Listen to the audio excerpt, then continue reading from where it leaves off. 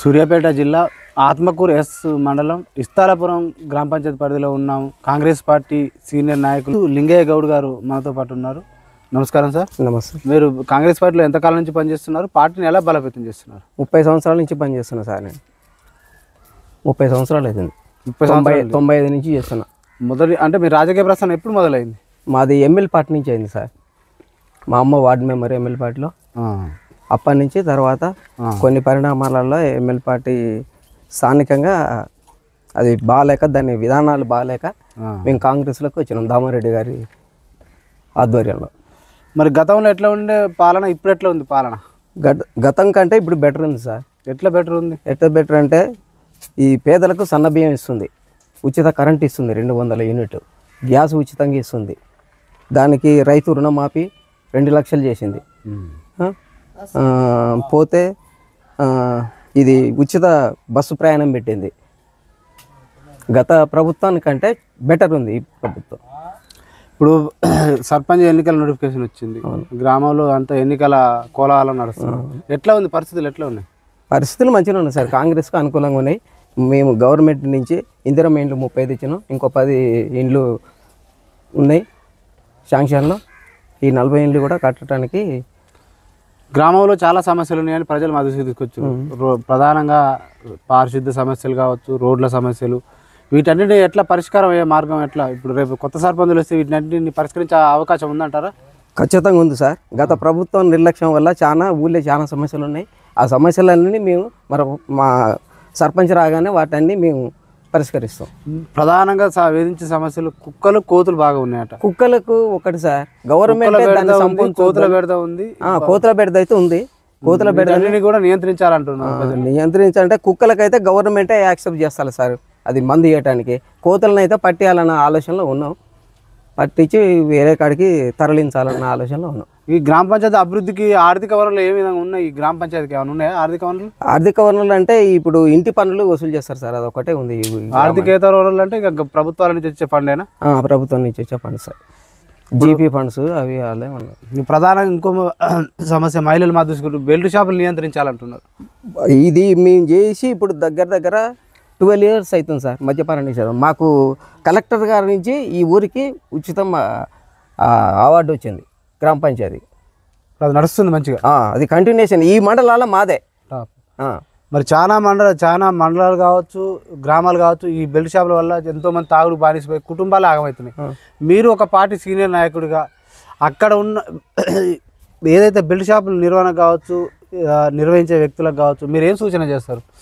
చేస్తున్నాం సార్. ఇప్పుడు గట్టికల్ను ఒకటి మన భూపతిరాములు గారు ఉంటారు కదా, మా ఊరిని ఆదర్శంగా తీసుకొని వాళ్ళు కూడా చేయడం జరిగింది. దానికి కూడా మేము మామూలు కొన్ని సలహాలు అడిగారు, అవి మేము వారికి దృష్టికి తెచ్చినాం. ఆ సలహాల ప్రకారం వాళ్ళు నడుచుకుంటారు. యువత కూడా బాగా అంటే డ్రగ్స్, గంజాయి అలవాటు పడి జీవితాలు ఆగం చేసుకుంటారు. యువకులు మార్పు రావాలంటే ఒక సీనియర్ నాయకుడికి ఏం చెప్తారు మీరు? అలాంటి వ్యక్తులను ప్రోత్సహించొద్దు. వాళ్ళకు కూడా చాలాసార్లు మేము హెచ్చరిక చేయటం జరిగింది.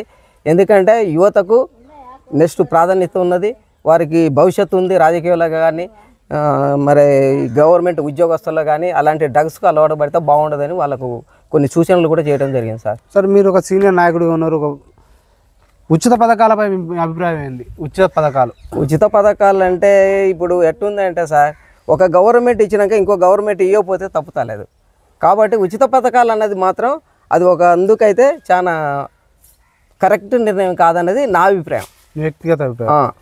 సరే, ఇప్పుడున్న రాజకీయాలు మొత్తం కూడా డబ్బుమయ రాజకీయాలు. మీరు 30 ఏళ్ళ రాజకీయ ప్రస్థానం మీది. గతంలో ఉన్న రాజకీయాలకు ఇప్పుడున్న రాజకీయాలకు పోలికేంది? ఎలా ఉన్నాయి ఇప్పుడున్న రాజకీయాలు? గతంలో ఒక పార్టీ ఒక నాయకుడు చెప్పితే వినేవాళ్ళు. ఇప్పుడు అలాంటి సిచ్యువేషన్ లేదు. ఎవరికి వాళ్ళే యమునా తీరం అయ్యారు. ఒక నాయకుని మీద డిపెండ్స్ అయ్యే రోజులు లేవు సార్. ఇప్పుడు చాలా చేంజ్ ఉంది.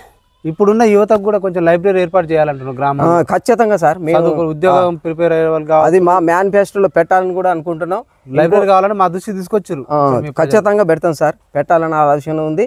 అది పెడతాం ఖచ్చితంగా. 100% గ్రంథాలయం కట్టిస్తాం. దాంతోపాటు ఉపాధి కూడా కొంచెం కల్పించాలి. అంటే ఎమ్మెల్యే గారి దృష్టికో, మంత్రి గారి దృష్టికో ఉపాధి అవకాశాలు కూడా కల్పించాలంటున్నారు. ఖచ్చితంగా సార్. ఓటు అనేది పవిత్రమైనది. ఓటుని అది మనకు రాజ్యాంగం ఇచ్చిన ఆయుధం. దాన్ని మద్యానికో డబ్బుకో అమ్ముకోవడం జరుగుతుంది. పార్టీలు కూడా ప్రజలను ఓటర్ను ప్రలోభాలకు గురి చేస్తున్నాయి. ఆ వ్యవస్థ అట్లా నడుస్తుంది ఇప్పుడు. అది రూపు మార్పాలి, అలాంటి వ్యవస్థ పోవాలి.